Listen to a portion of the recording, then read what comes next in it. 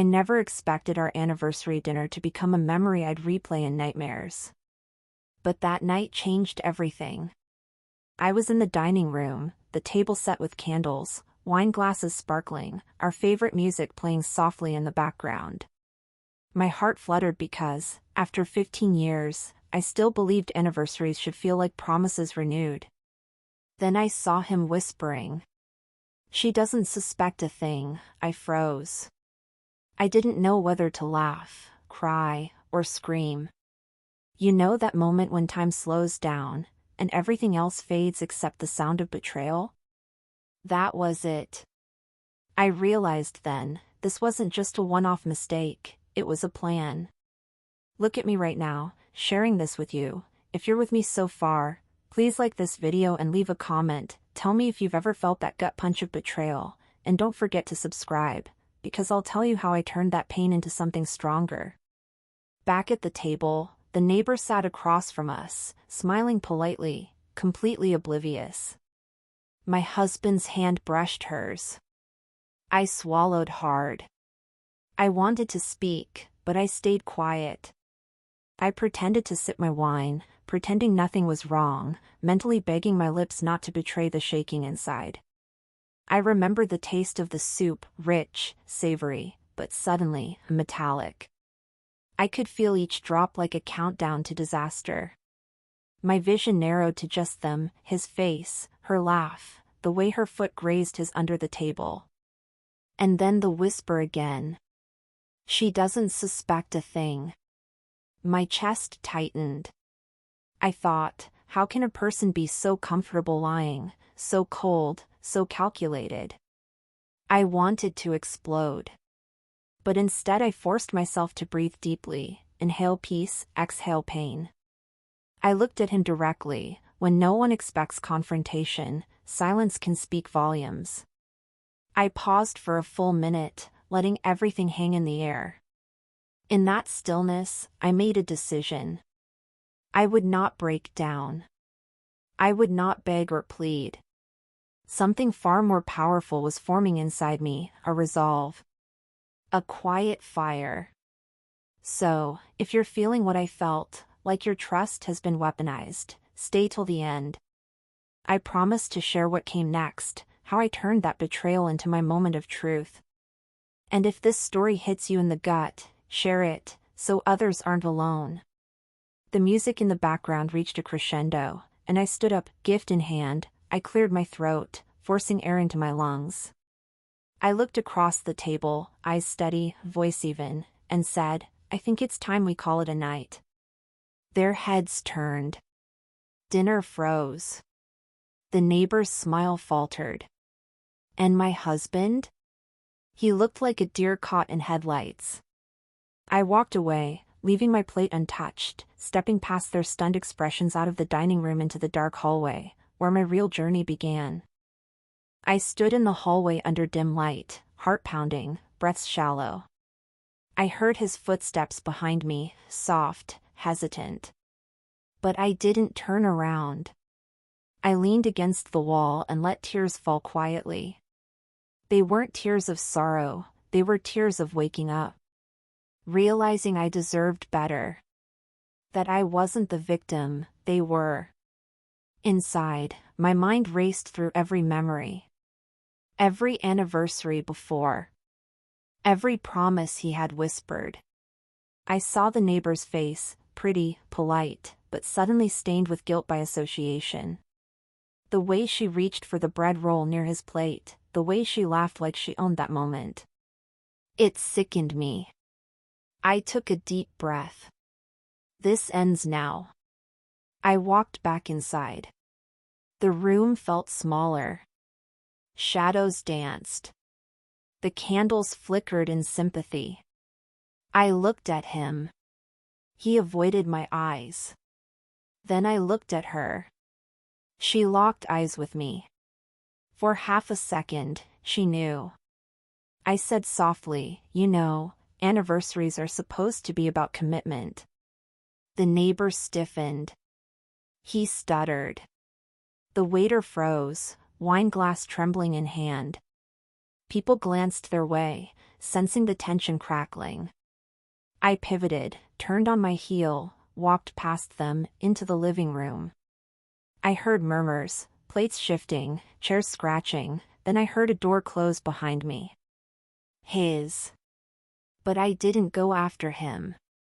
I stayed put. I forced myself to sit on the couch and breathe. Inhale, exhale. At that point, I knew I couldn't stay silent any longer. I messaged my best friend, 2 words, I'm safe. I needed someone to know I was okay. Within minutes, her reply, call me. But I waited. I needed then to gather fragments of myself. To answer the question, who am I when everything I believed was a lie? I thought about every misstep, the missed cues, the excuses, the lies half told. I told myself, this betrayal isn't my failure, it's theirs. Their cowardice. My claim to peace was my right. Somewhere in that living room silence, a small plan began to take shape. I would respond, not with drama, but with dignity. A retribution cloaked in calm. I would not seek meltdown, I would seek transformation. I would tell my story on my terms. And so, I took out my phone and began writing. A note to myself. What happened? How I felt. What I was going to do.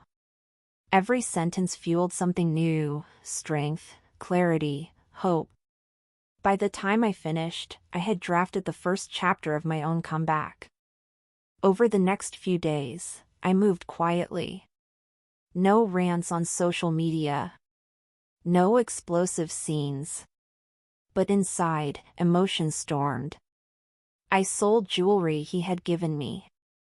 I donated objects that tied me to him. I packed boxes of memories. And I packed resolve. I blocked his number. I blocked the neighbor's contact.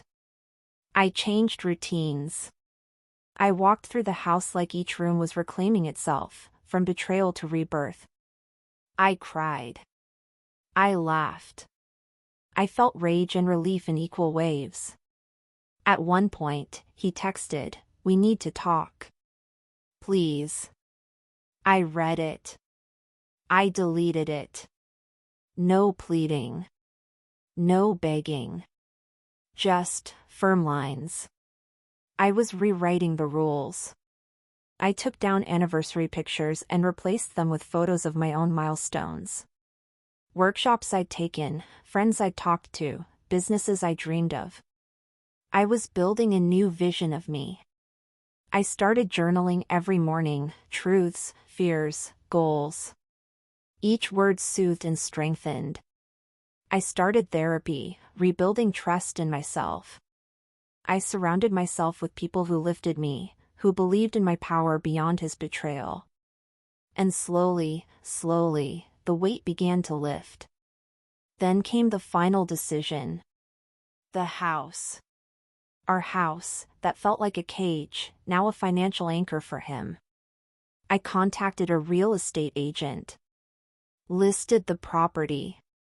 I didn't make a show of it, I told him in a message, the house is listed. Please make arrangements.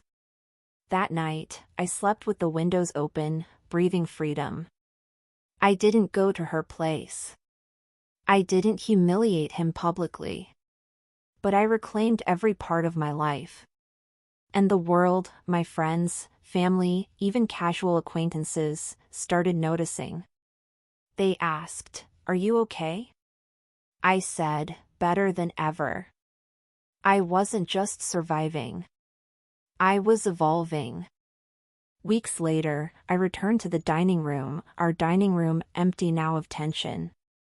I set a new table for myself, flowers, a book, a candle. I sat. I poured wine. And I toasted, to me. I whispered, "Here's to the woman who rediscovered herself." And I smiled, soft, genuine, whole. That evening I recorded a video, walked through the house, now light and quiet, and spoke directly into the camera. I caught him whispering betrayal on our anniversary, and I chose me. I built me. I reclaimed me. I turned off the camera. Watched the footage. My heart swelled. I created more, not to shame, but to share a message. You can rise from betrayal, stronger, wiser, whole. If you're watching this now, and you felt that cut, that shock, hold on. You are worthy of better. You are capable of reclaiming your life. And if my story gave you even a flicker of hope, please share it. Share it with someone who needs to hear, you can heal. You can rebuild. Subscribe for more stories, not for pity, but for power. Comment if you've endured something similar. Let's lift each other up. Thank you for listening, and remember, the night may have shattered me, but it didn't defeat me. I rebuilt, piece by piece, tougher, kinder, unstoppable.